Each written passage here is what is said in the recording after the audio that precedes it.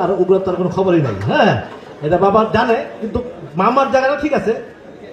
মামা যে পয়েন্টের কথা বলছে, অবশ্যই ইন্ডাস্ট্রির গোল্ড মিশা মামা, এবং ইন্ডাস্ট্রির যারা আছে সব হলো দার্জেল আর্টিস্ট, এটা সত্য কথা। কিন্তু মামা একটু কয়ে গেছে, বাট এগুলো লস প্রজেক্ট মামা, লাভ প্রজেক্ট না।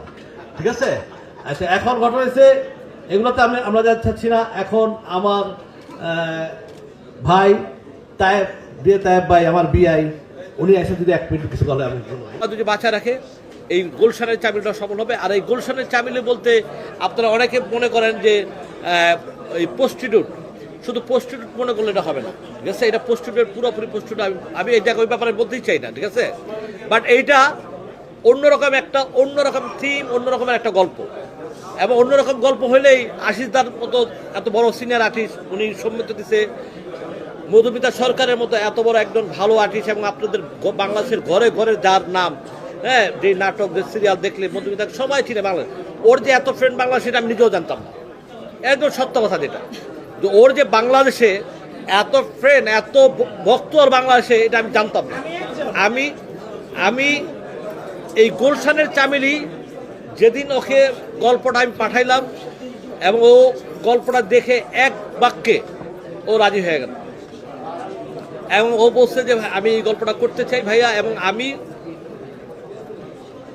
এত আনন্দিত যখন ওর করবে, এত বোনকে নিজেকে এত খুশি মনে হলো যে না, তাহলে এই ছবি একটা মার্বেলাস ছবি হবে, এবং ইনশাআল্লাহ আল্লাহ যদি বাঁচা রাখে এটা মার্বেলাস ছবি বানাবো ইনশাআল্লাহ। ঠিক আছে, আমার প্রস্টিটিউট মানে ওই রাস্তাঘাটে দাঁড়ায় থাকে তারা না, আমার প্রস্টিটিউট গাড়ি চালাই তো BMW, মার্সিডিজ, রেঞ্জ রোভার। ঠিক আছে, আমি একটু অন্য, পুরোপুরি প্রস্টিটিউট আমি বলবো না, একটু অন্য স্টাইল। আপনারা আমার জন্য দোয়া করবেন, এবং বাংলাদেশের বাস্তব কিছু কিছু সিন আমি এই ছবিতে তুলে ধরবো, ঠিক আছে, যার বাস্তব। আমরা দেখেছি যে আপনার শুভ মুহূর্তে একটা গাড়ির ছবি আছে এখানে, মানে এই গাড়ির ছবিটা থাকার কারণটা এই ছবি গাড়িটাই আমার একটা রহস্য। ঠিক আছে, এই গাড়িটাই রহস্য। এটা যদি জানতে চাও তাহলে তোমরা সিনেমা হলে কি দেওয়া দেখবা, এটা সিনেমা হলের জন্যই থাক গাড়িটা। ঠিক আছে, এখন আমি আমার চেয়ারটা আমি ছেড়ে দেই, মধুমিতাকে এখানে বসে, মধুমিতার 2টা কথা হলো, কিন্তু শর্ত একটা হয়। একটা কোশ্চেন আছে, সেটা হচ্ছে সিনেমাটা কবে নাগাদ মুক্তি দেওয়ার ইচ্ছে আছে। সেই সাথে আমরা এর আগে ইন্ডিয়ান যত নায়িকা দেখেছি বাংলাদেশে এসেছে, তারা বাংলাদেশ থেকে পরিচিতি অর্জন করেছে বা আসার পরে আমরা চিন্তিত হয়েছি। কিন্তু এই প্রথমবার আপনি যাকে নিচ্ছেন কাস্টিংয়ে, সে কিন্তু আগেই পরিচিত বাংলাদেশে। সেক্ষেত্রে এটা আপনার জন্য পজিটিভ হবে।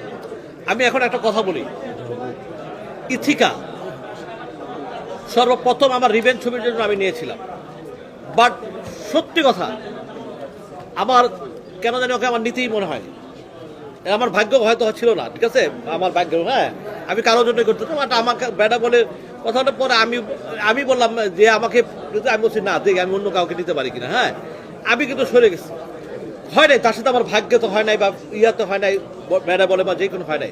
বাট ও বাংলাদেশে কিন্তু অনেক সুন্দর কাজ করছে, এবং অনেক সুনাম সে কামাইছে। আমিও চাই যে বাংলাদেশে মধুমিতা সরকার আপনাদের পাশে অনেক সুনাম কামাবে, এবং ওনারা ও যে কাজ করবে, এই কাজের মাধ্যম দিয়ে আপনারা সারা জীবন মনে রাখবেন ওকে, এটাই আমি চাই। Thank you. এখন আমি চেয়ারটা ছেড়ে দিলাম। মধুমিতা কি কিছু বলবা? মধুমিতা প্রথম একটা সিনেমায় কাজ করতেছে, সেই সিনেমাটা অনেক বড় মাপের সিনেমা, এবং আপনারা জানেন যে বিগত যতগুলো সিনেমায় আমি করছি, সব সিনেমা ছিল বিগ বাজেট এবং খুব বড় মানের সিনেমা। আমি চাইলে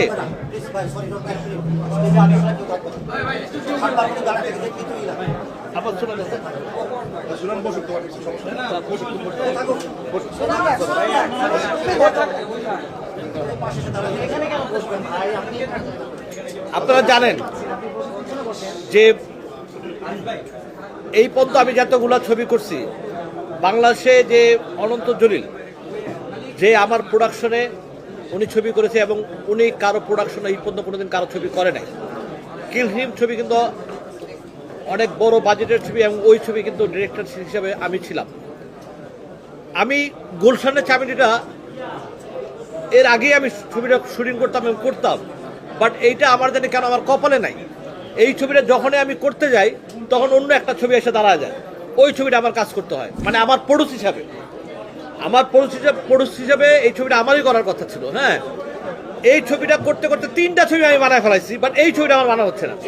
পরে আমার বন্ধু জাহাঙ্গীর সিকদারও বলতেছে, ভাই আপনি এই ছবিটা আমাকে দেন, আপনার ডিরেকশন দেন, আমার এই ছবির গল্পটা আমাকে দেন। দেখ, জাহাঙ্গীর সিকদারের সাথে আমার একটা পারিবারিক সম্পর্ক, চাইলে আমি না করতে পারি না, তাকে আমি দিয়ে দিয়েছি, এবং সে খুব বড় মানের প্রডিউসার, এটা আপনারা সবাই জানেন। আমি চাইলে এই 2 বছরে 4-5টা ছবি করতে পারতাম। আমার বাসায় অনেকে আমার টাকা পয়সা নিয়ে আমার বাসায় আসছে, বাট আমি ফ্রি দিচ্ছি, আমি করি না। কেন, আমার কথা হলো আমি এমন ছবি করব যে ছবিটা মানুষ দেখবে এবং আওয়াজ হবে এবং বড় ক্যানভাসের ছবি হবে। সেই কারণে আমি এই 2টা বছর আমি ছবি করিনি। আজকে এই ঈদে আমার প্রত্যেকটা ছবি ঈদ টার্গেট থাকে, এবং প্রত্যেকটা ছবি আপনারা জানেন ঈদের ভিতরে আমি সফল, এবং এইটাও ইনশাল্লাহ ঠিক আছে। আমাদের এই ছবির শুটিং হবে ডিসেম্বর থেকে হবে ইনশাল্লাহ, আল্লাহ যদি বাচ্চা রাখে আগামী ঈদে। এই জন্য সবাইকে অ্যাডভান্স দিয়ে রাখি, ঈদ মোবারক, ঠিক আছে।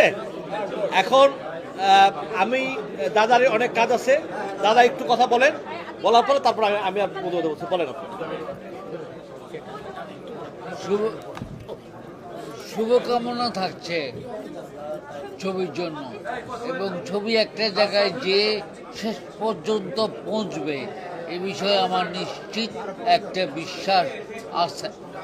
কারণ আলটিমেটলি শেষ পর্যন্ত সেলিব্রিটির প্রমাণ হয়ে যায় যে অভিনেতাগতভাবে আপনি কতটা ডিসক্রিমিনেশন বা কতটা সংযুক্ত ফিল্মের ভিতরে। ফিল্ম আসলে একটা ডেস্টিনি, এটা কোন অভিনেতা কখন কোন কাজ করবে এটা বলে রাখা যায় না, এটা বলা যায় না, বলতে পারে না।